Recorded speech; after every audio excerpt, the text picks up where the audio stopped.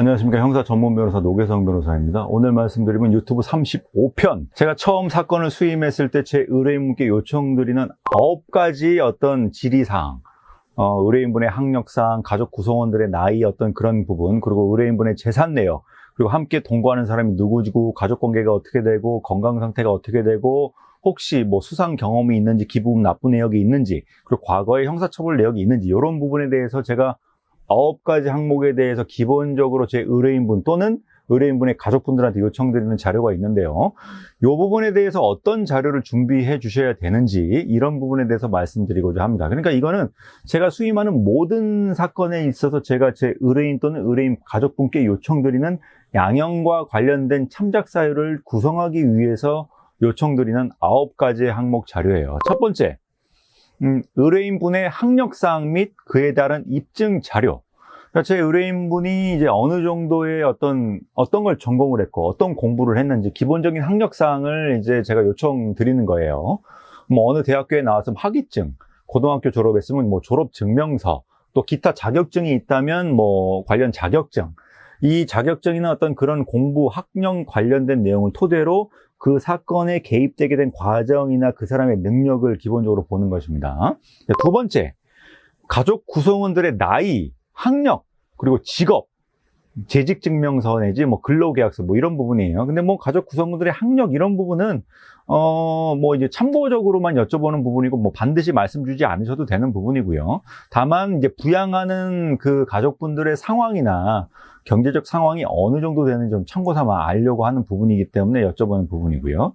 세 번째는 그 의뢰인분의 재산 내역, 그리고 보유하는 차량, 그리고 현재 거주하는 주소지가 어디인지, 그것을 자가로 소유하고 계신지 아니면 전세인지, 이 재산 내역을 구체적으로 확인하고자 하는 부분이 있습니다. 그 어디 있는지 이거는 이제 가족관계 증명서는 이제 그 이후에 말씀드리겠지만 이제 주민등록 등본 뭐 이런 부분을 통해 확인할 수 있는 거고요. 의뢰인분과 현재 함께 동거하는 사람이 누구인지, 가족관계 증명서, 그리고 주민등록 등본, 그리고 가족 사진을 제가 요청드리고 있는데, 가족 사진은 제 의뢰인과 함께 나와 있는 사진을 요청드리는 거예요. 어떤 분들은 사진을 따로 보내주신 분인데 그게 아니고 함께 거주하고 있다라는 사실. 예를 들면 보석 청구를 할 때 이제 도망의 염려가 없고 증거인멸의 우려가 없고 그리고 주거지가 명확하다는 사실을 입증하기 위해서 가족과 함께 오붓하게 찍어 있는 그 전체 가족 사진. 뭐 아주 거창하게 찍을 건 없고요. 그냥 뭐 소파 같은 데서 앉아서 그냥 편안한 그냥 옷차림으로 찍으셔도 되는 그런 사진입니다. 그리고 의뢰인분이 현재 부양해야 되는 가족이 누구인지, 배우자와 자녀 외에 또 부모님도 다른 또 가족을 부양하는 것이 있는 것인지, 이에 따른 좀 가족 관계를 확인하는 부분이고요. 여섯 번째는 제 의뢰인분의 건강 상태. 양형 참작 사유로서 그 사람의 건강 상태나 구속이 오래될 경우 어떤 문제가 발생할 수 있는지 확인하기 위해서 뭐 예를 들면 뭐 고혈압의 정도라든지 과거 수술을 받은 전례가 있는지, 과거 어떤 다른 뭐 사고를 당한 적이 있는지, 그와 관련된 어떤 진단서 내지 뭐 처방전이라든지 아니면 수술 내역서라든지 입원 내역이라든지 그런 부분을 건강 상태와 관련해서 여쭤보는 거고요. 일곱 번째는 그 의뢰인분이 혹시 수상한 경우에 뭐 표창을 받은 내역, 상훈 내역, 상장이나 사진 뭐 이런 부분을 요청드리는 것입니다. 아무래도 뭐 포상을 받은 특수한 경험이 있는 것인지 고려하는 부분이 있고요. 왜냐하면 또 의뢰인분이 제 이 사건에서 실수를 한 부분도 있지만 또 잘했을 때도 있는 것이거든요. 이게 어떤 부분을 잘했고 어떤 부분을 수상받았는지 좀 구체적으로 알고자 하는 부분이고요.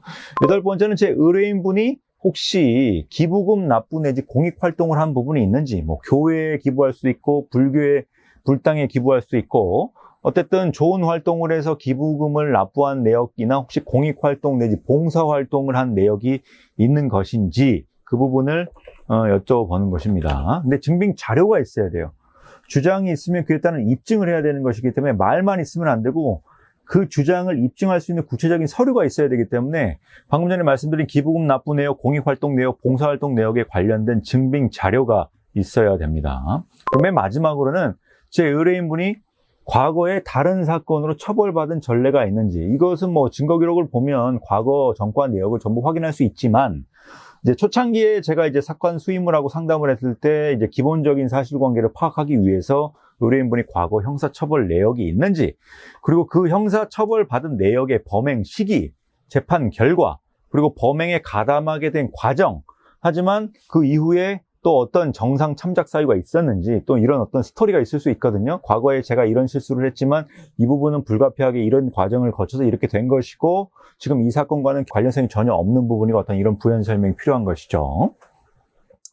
이러한 9가지 참작할 수 있는 그 확인 사항을 저는 모든 의뢰인분께 사건 수임을 하면 바로 요청을 드리고 있습니다. 이런 부분을 이제 서면에 양형 참작 사유로 반영을 해서 만약에 형량이 선고되더라도 조금 형량이 더 낮아질 수 있도록 조금 재판부에 변호할 수 있는 부분을 제가 한번 내용을 구성해 보는 것입니다.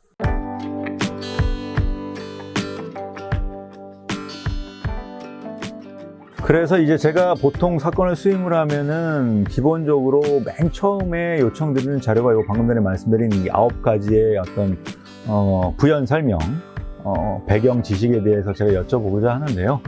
자료를 잘 취합해서 주시면 그 내용을 토대로 제가 서면을 만들어서 서면에 다 반영드리고 사전 승인을 받은 이후에 이제 제출을 하기 때문에 저한테 이런 자료를 주시면 제가 서면에 반영해서 최대한 의뢰인분이 원하는 결과가 나올 수 있도록 도움을 드리고 있습니다.